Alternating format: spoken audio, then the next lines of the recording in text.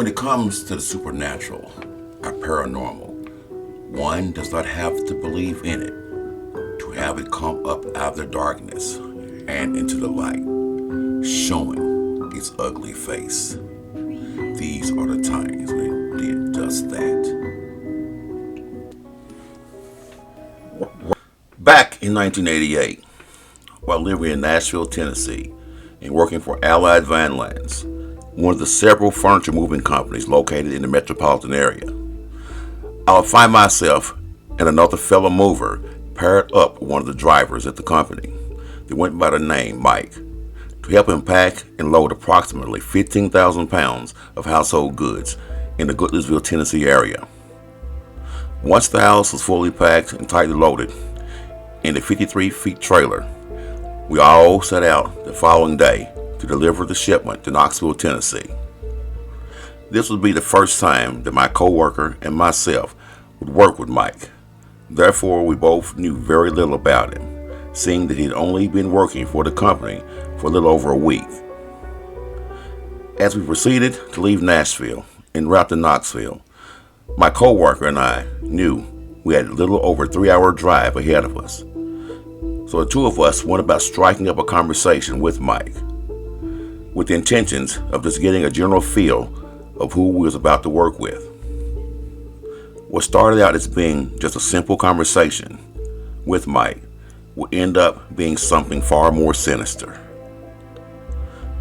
But before I go any further, please don't forget to treat that like button like it's an unwanted roach and smash the hell out of it. Also, don't forget to click on the little bell icon so that you can stay in the loop each and every time I drop a brand new video. Now back to the story. As we continue to travel up 40 East, we find out a great deal about Mike. But the one thing that he spoke about that really got my attention was when he mentioned that he was a Korean War vet.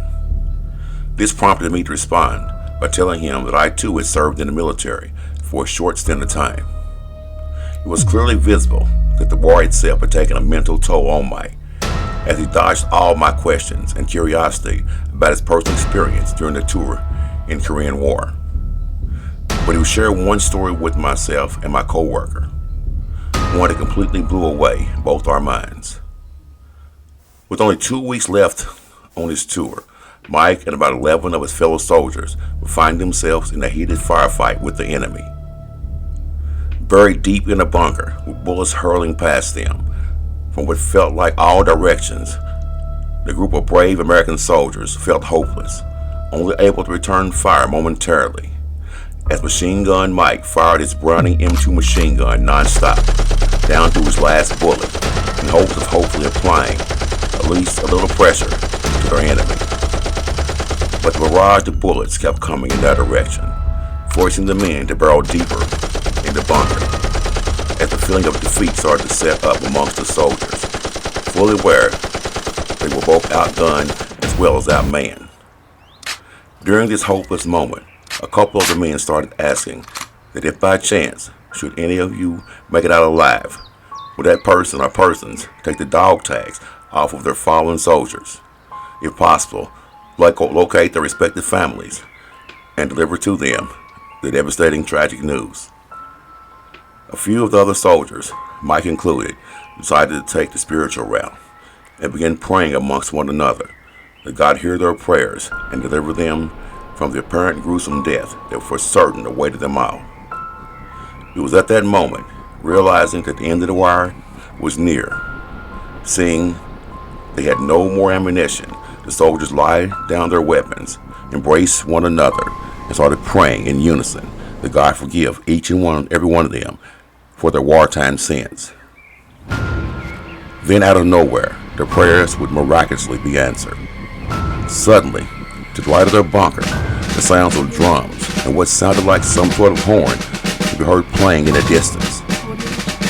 As the sounds got louder and louder, the sounds of machine guns coming from their enemy would suddenly stop, and they directed their attention to the sounds of the drums and horns and lied down a barrage of gunfire towards the entity slowly heading their way. This prompted the trapped soldiers, for a brief minute, to rise up from their bunker to try and see what was happening.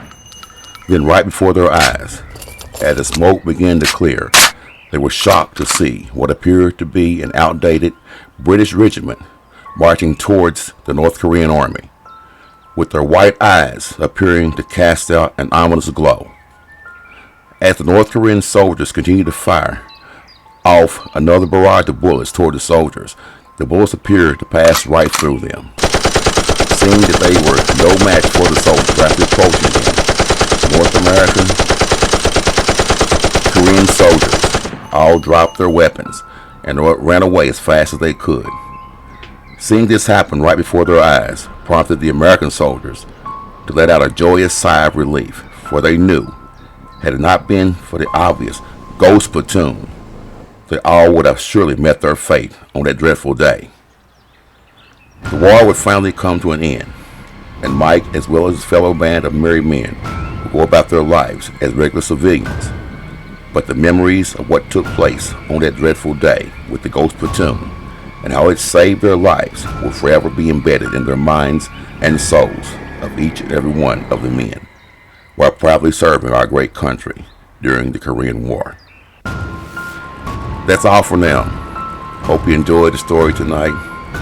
Be sure to look out for more stories to come. And like always, I'm Sir Creepsta, and until next time, stay terrified.